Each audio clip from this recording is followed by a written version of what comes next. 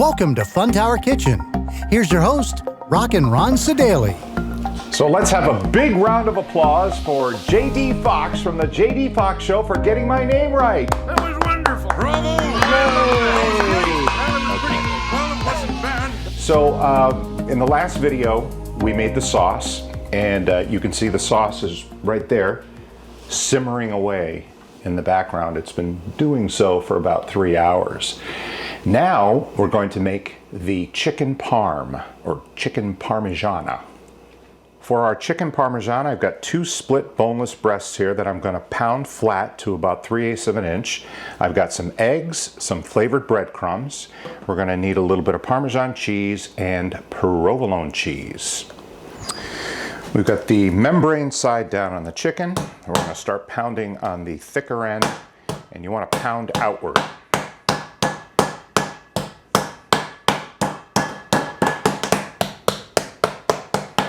This one looks good. Membrane side down.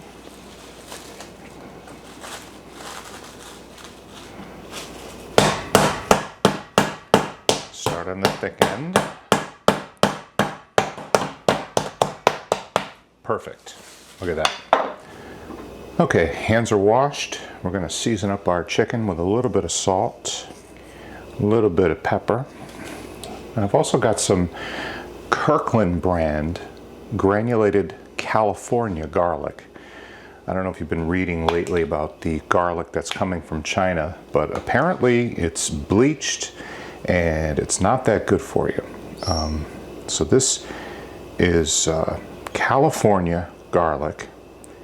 It's highly rated, and as you know, Kirkland brand is sold at Costco. So, you know, for quite a bit of garlic here, you get it for a good price. All right, we'll crack our eggs here.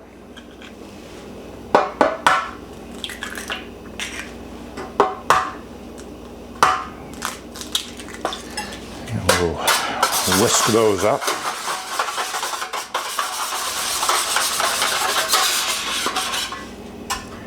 All right, we're going to take our chicken. We're going to dip it in the egg first, like so. Then into our flavored breadcrumb mixture. Now, if you really wanted a thick coating, you could repeat the process, but I think once is enough. Grab our other piece. That's nice.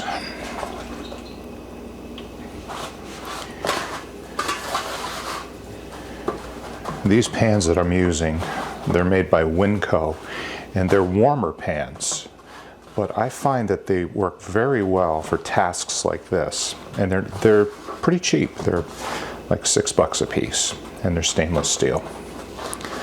Very handy. You can buy them at kitchen supply places. So there's our chicken. Okay, so I've taken some of our provolone cheese, put it through the cheese grater. And I have some Pecorino Romano kicking around. I need to use some of this up. So I want to put a little bit of that in there.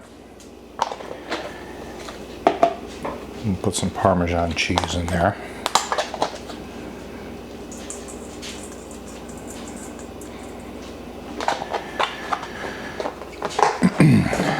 Toss it up.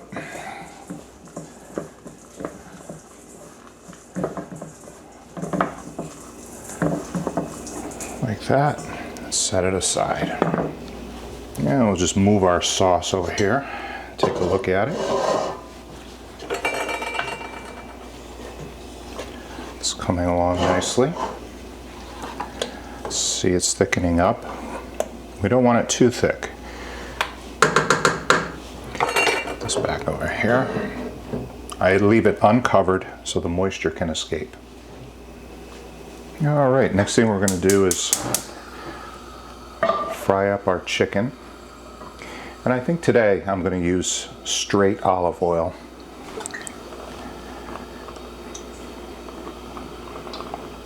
All right, that's nice.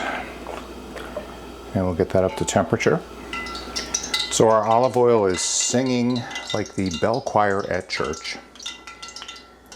And take a wooden skewer and you put it in your oil, and if you start to see a little bubbling around, that means that your oil is ready. Oven is up to temperature. We've got the oven preheated to 350 degrees so that we can put our chicken in there and melt the cheese over it. Time to fry up our chicken. I think I'm going to do one piece at a time. I don't want to crowd it. Shout out to Mama B, Wayne's mom. I'm going to send her some wooden utensils for Christmas next year. Okay, things are going to start coming together quickly here, so we need to get our water going for our pasta. A little bit of salt in there. And we're going to flip our first piece of chicken. Nice, look at that. All right, I think our first piece of chicken is ready to come out.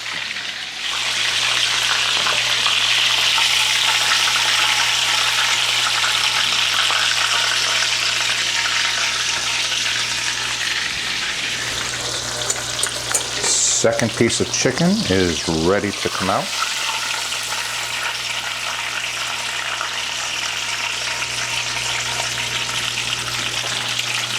Oh, bonus piece right there. Put that right there.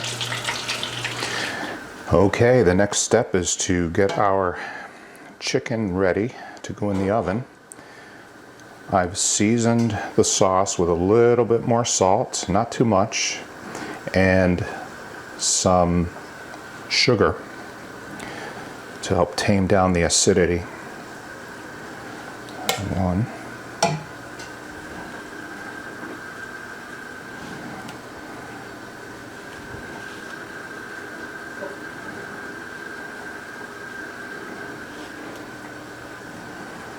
A little bit more sauce there. Now, if you were making this at Carbone's, you would certainly want to clean up your little splatters there. Make it look nice. And our cheese mixture. Again, this is provolone, pecorino romano, and Parmesan cheese. So we're going to put right across the top there, just like that. And you don't have to do this, but I like to just add a little bit of olive oil, not too much. Just a little bit. Now we're going to hold off on putting these in the oven until we get our pasta going. Here's one.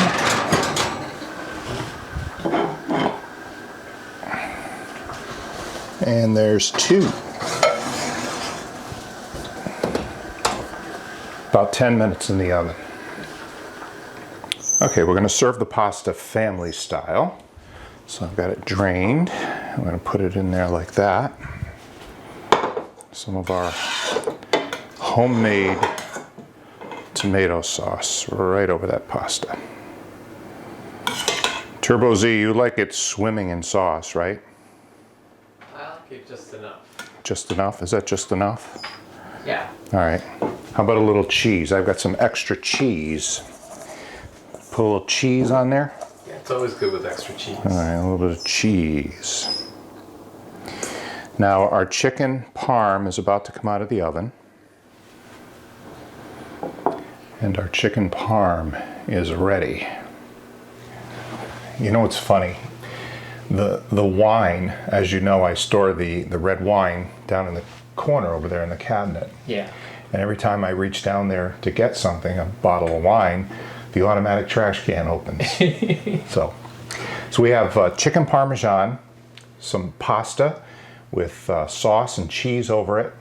I started the sauce at what, about 1 o'clock this afternoon, yeah. Right? So we have sauce left over for tomorrow's meal, which will be video number 3 for the weekend. So before we do that, I have Raymond Cabernet Sauvignon. And you can have some of this because you don't have to go back to Queens. All right. No cork. I don't know if that's a good thing or a bad thing. Wine's wine. Yeah. I think you're right. So let's try it.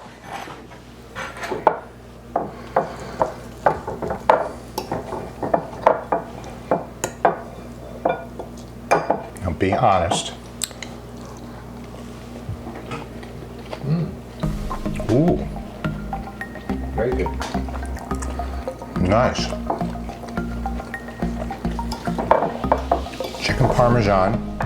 I've got provolone and pecorino romano and Parmesan cheese in there. Nice. That's very good. Thank you for watching.